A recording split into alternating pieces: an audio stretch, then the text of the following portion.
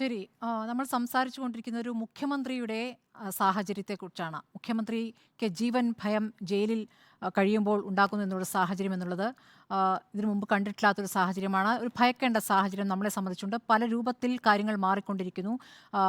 ഒരു പരിഹാസ്യമായ രാഷ്ട്രീയ സാഹചര്യം എന്ന നേരത്തെ എം വി നികേഷ് കുമാർ ചൂണ്ടിക്കാണിക്കുകയുണ്ടായി. ഈ ഭയം ജനിപ്പിക്കുന്ന കാര്യങ്ങൾ നേരത്തെയും ചില മനുഷ്യാവകാശ പ്രവർത്തകരുടെ കാര്യം, സ്റ്റാൻ സ്വാമിയുടെ കാര്യമൊക്കെ ചൂണ്ടിക്കാണിച്ചല്ലോ. അപ്പോൾ സ്റ്റാൻ സ്വാമി മരിക്കുകയാണ് ചെയ്തിട്ടുള്ളത്. അപ്പോൾ അങ്ങനെ ഒരു സാഹചര്യം നമ്മൾ മുന്നേ കണ്ടിട്ടുണ്ട്. പക്ഷേ ഒരു മുഖ്യമന്ത്രിയെ സംബന്ധിച്ചുള്ള ഒരു രാഷ്ട്രീയ നേതാവിനെ സംബന്ധിച്ച് ഇങ്ങനെ ഒരു സാഹചര്യം എന്നുള്ളത് ഇപ്പോൾ ഈ അടുത്ത കാലത്ത് നമ്മൾ കേൾക്കാത്ത ഒരു കാര്യം തന്നെയാണ്.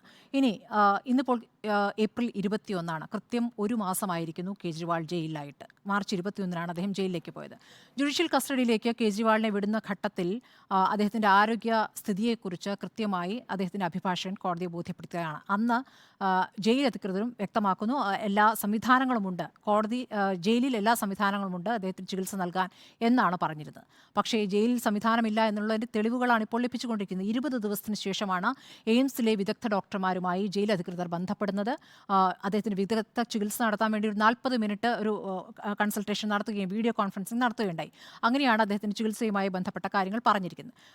അദ്ദേഹത്തിന് വലിയ തോതിലാണ് അദ്ദേഹത്തിന് ഷുഗർ ഉള്ളത് എന്നുള്ള അറിയാം. ബ്ലഡ് ഷുഗർ വല്ലാത്ത ലെവലാണ്. 300 എന്നൊക്കെ പറയുന്നത് അപകടകരമായ സാഹചര്യമാണ്. സാധാരണഗതിയിൽ അത് 100, 140 വരെയാണ് നോർമൽ. 160 വരെയെങ്കിലും സഹിക്കുക. അതിനപ്പുറത്തേക്ക് കടന്നു കഴിഞ്ഞാൽ അപകടം തന്നെയാണ്. 300 എന്ന് പറയുന്നത് വല്ലാത്ത സിറ്റുവേഷൻ തന്നെയാണ്, അലാമിംഗ് സിറ്റുവേഷനാണ്. അപ്പോൾ അതിലേക്ക് അദ്ദേഹം എത്തിയിരിക്കുന്നു. അപ്പോൾ അതാണ് അദ്ദേഹത്തിൻ്റെ ഭാര്യയും ആപ്പിലെ മന്ത്രിമാരടക്കം ആശങ്കപ്പെടുത്തുന്ന ഒരു കാര്യം.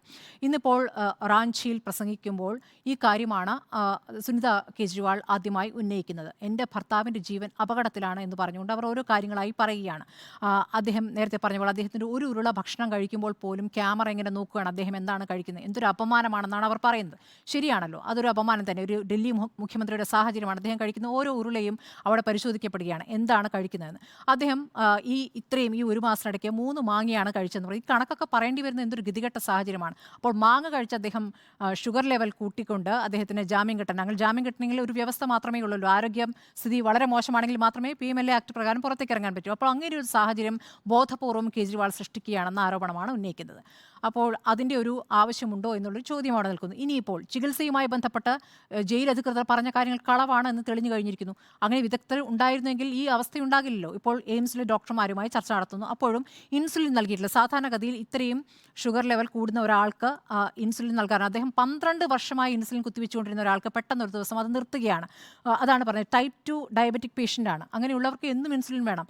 അതും 50 ഗ്രാം അങ്ങനെയല്ലേ പറഞ്ഞത്, 50 യൂണിറ്റാണ് എല്ലാ ദിവസവും നൽകിക്കൊണ്ടിരിക്കുന്നത്. അതാണ് പെട്ടെന്ന് ഒരു ദിവസം ഇല്ലാതാകുന്നത്. അത് ഏത് രൂപത്തിൽ അദ്ദേഹത്തിൻ്റെ ആരോഗ്യത്തെ ബാധിക്കും എന്നുള്ളത് ഇനി അറിയാനുള്ളതാണ്. അതാണ് സുനിത പറയുന്നത്, 2-3 വർഷം കഴിഞ്ഞ് ഭർത്താവ് പുറത്തേക്ക് വരുമ്പോൾ എന്തൊക്കെ അസുഖങ്ങളായിരിക്കും എന്നുള്ള ഒരു ആശങ്ക നിലനിൽക്കുന്നു. ജീവന് തന്നെ ഭയമെന്ന് ആപ്പിലെ മറ്റു മന്ത്രിമാർ പറയുന്നു. ഇതിനോട് കേന്ദ്ര സർക്കാർ ഏത് രൂപത്തിലാണ് പ്രതികരിച്ചതെന്ന് നമുക്കറിയാം. ഇപ്പോൾ ജയിലധികൃതരും എങ്ങനെയാണ് പ്രതികരിക്കുന്നത് നമുക്കറിയാം. അപ്പോൾ ഒരു പരിഹാസത്തിൻ്റെ രൂപത്തിലാണ് ജയിലിലിരുന്നു കൊണ്ട് മധുരം കഴിച്ച് രോഗിയായി പുറത്തേക്ക് വരാനുള്ള കള്ളശ്രമങ്ങൾ കേജ്രിവാൾ എന്ന രാഷ്ട്രീയ നേതാവ് കാണിച്ചുകൊണ്ടിരിക്കുകയാണെന്ന് പറയുകയാണ് ചെയ്യുന്നത്. ഇന്ന് ജനങ്ങളെ അഭിസംബോധന ചെയ്തുകൊണ്ട് സുനിത പറയുന്ന ഒരു കാര്യം ഇതാണ്: എൻ്റെ ഭർത്താവ് എന്ത് ചെയ്തതിനാണ് ജയിലടച്ചിരിക്കുന്നത്? സാധാരണ ജനങ്ങൾക്ക് നല്ല വിദ്യാഭ്യാസം, നല്ല ചികിത്സ, സൗജന്യ ചികിത്സ ഇതൊക്കെ നൽകിയതിനാണോ എൻ്റെ ഭർത്താവ് ജയിലിൽ കിടക്കുന്നത്? അവർ ചോദിക്കുകയാണ്.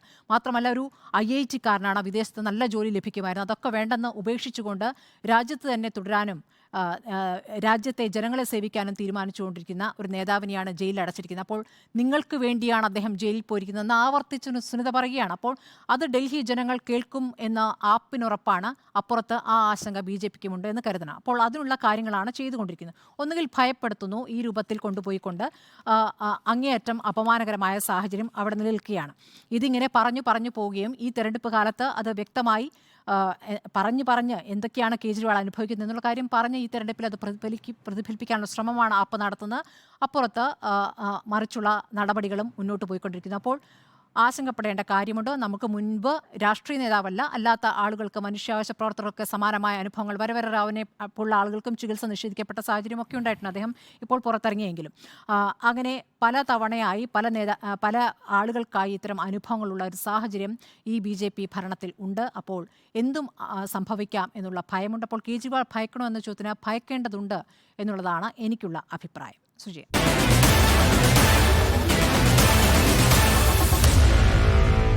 Meet the editors.